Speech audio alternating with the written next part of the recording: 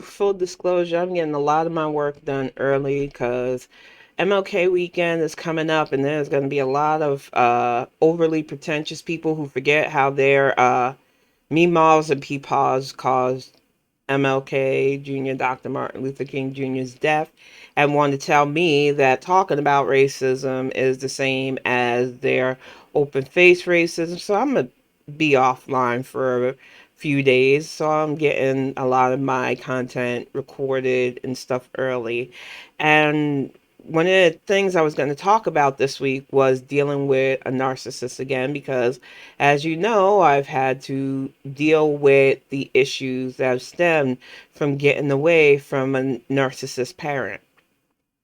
And I think with all the stuff that's been going on, especially here on YouTube, with a certain person who I said I wouldn't bring up anymore after my live recording of her nonsense, I just feel like people don't understand that with a narcissist, unless they're getting help, and even if they're getting help, it's a bad situation. They look for targets, they look for people to vilify as enemies. They are very prone to jealousy and rage issues, and they are never in the wrong.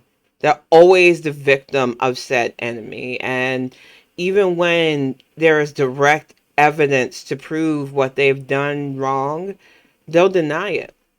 And another thing they like to do, because they really feel they're the smartest person in the room and that everybody is just fucking stupid, is they will make it seem like, oh no, I'm dumb. I'm just a bad person, guys. I'm just your average idiot, and really self-defacing or play upon their own supposed fragility so that you lower your guard.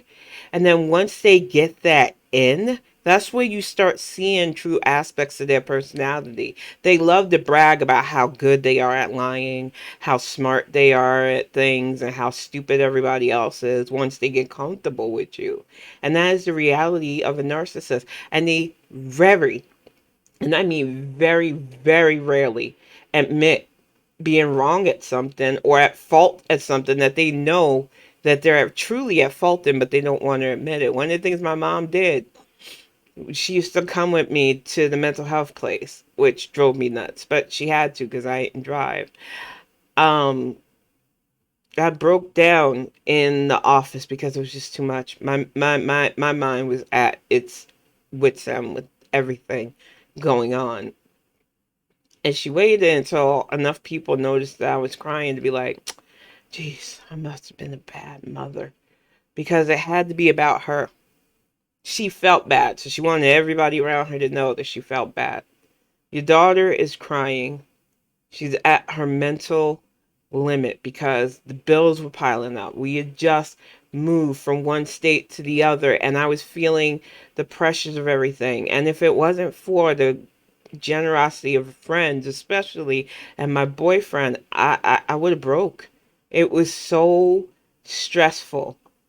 And to have her act like, well, gee, I'm going to take this situation and make it about myself so that people pity me. And her, well, maybe I was a bad mom. It wasn't self reflection. It wasn't a revelation because the moment we got back to the privacy of our home, she just kept doubling down on the meanness and the hatefulness and the spitefulness and the tantrums when she couldn't get her way. And I'm sure those of you who deal with narcissist parents, those of you who are sadly currently still dealing with it because you're their caregivers, like I was until 2 years ago, you know it's a roller coaster. They could be really nice and sweet to you one moment, your bestest of friends one moment. The moment they get what they need out of you, you're the bitch again. Or worse.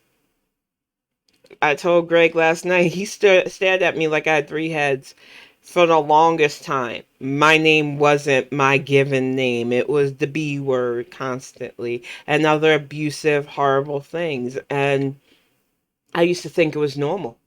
I thought it was normal for your parents to be that way with you. I thought it was normal for your mom to be so spiteful and blame you for everything, to say things like, my life would have been better if I had had kids, and it's like, who made you do it?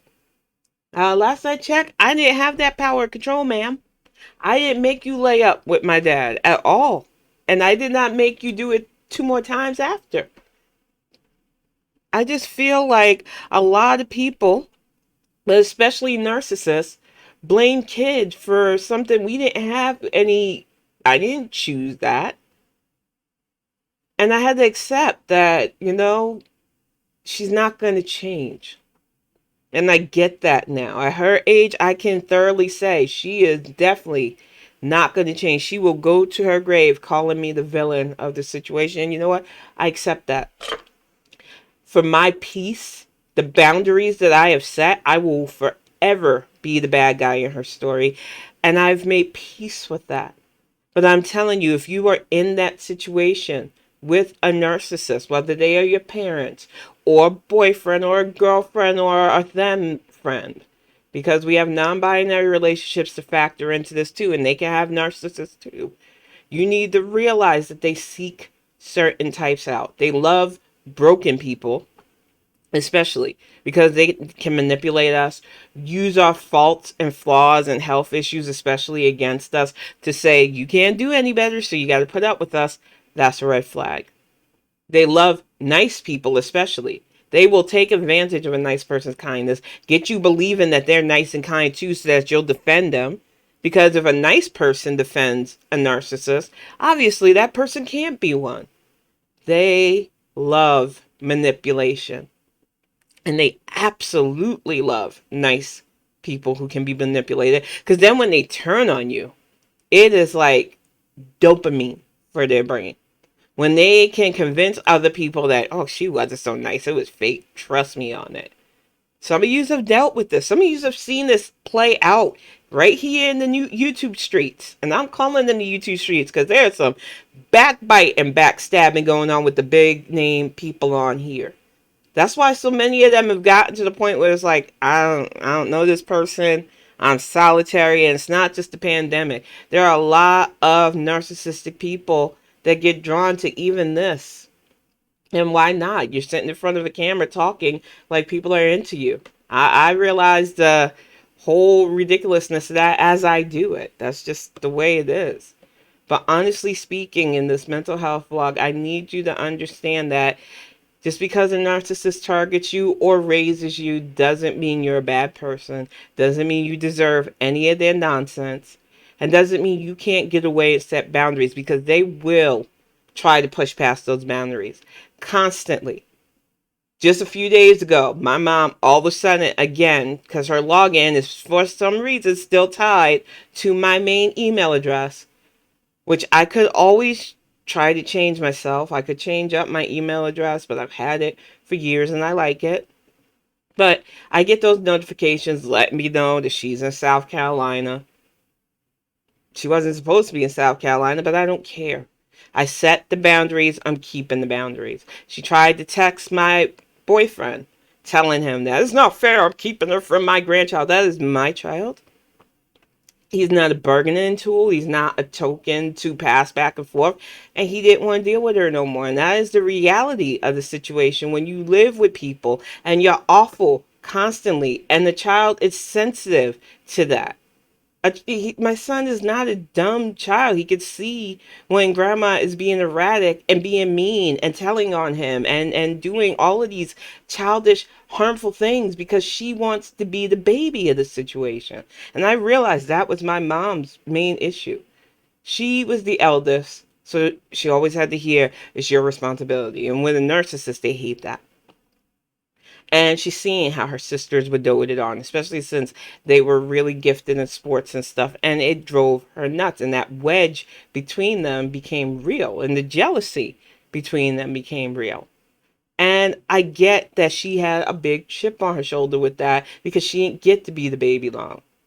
So she wants to forever be babied by people. And I can't do that. And I think a lot of people wrestle with that because we're groomed. I think a lot of people my age are just groomed by parents to be their caretakers. And you know what? If your parents are good to you and you love them and you have a healthy relationship, I feel if you want to take care of them, that's a good thing. But you don't owe your parents that. And some people really push and they really believe that somehow Them spitting you out and barely being there, or when they were there being horrible and harmful to your mental and physical health, makes them somehow owed you taking care of them for the rest of their lives. No, I had to accept that. No, I don't want that role. And I know that by doing this and saying this, that especially in my family, I'm a horrible person. I'm okay with that now. I have set my boundaries to protect not only my mental health, but my son's personal mental health and growth. I feel like a lot of people don't want to do that within our community because we're taught we have to be together, have each other's backs. And, for the most part, that's true. We've gone through collectively some things, but when the person is toxic and you keep letting that toxic person in when you know that they have an issue, especially for somebody with narcissism, all you do is hurt yourself. And then you potentially have that spill off into your kid. It's not okay. We have to learn to set and respect boundaries. We have to learn to give narcissists space. And when they get help, encourage that. Don't take anybody who's getting help for granted because it's hard.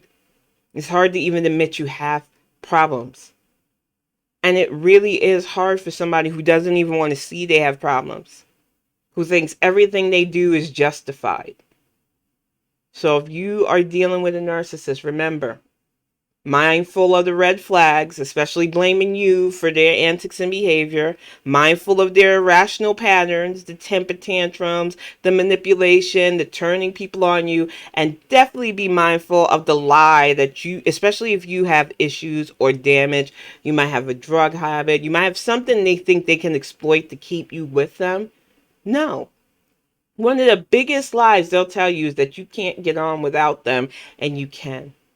They might make you feel like you're completely dependent on them. And a lot of times you end up feeling like there's no way out, but that is not the case. Life does go on. You can get out of an abusive situation and look back and go, I felt like I was never going to get out of those times, and now I'm here.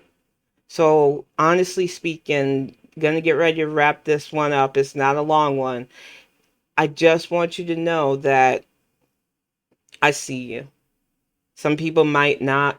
You might feel like I just got to deal with all this by myself.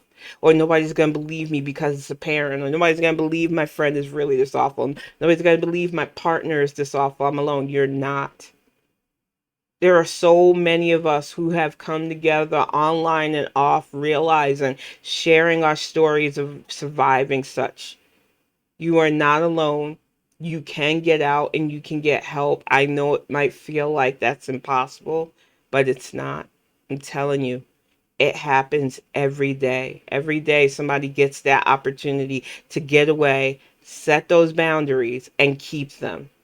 And trust me, they will still try to push past those boundaries. She's far from the only one in my life that was toxic, that I cut out, that keeps trying and failing to push back into my life. But as long as you set and maintain those boundaries yourself, there's nothing they can do but whine about it. I will see y'all again next week for the next mental health vlog.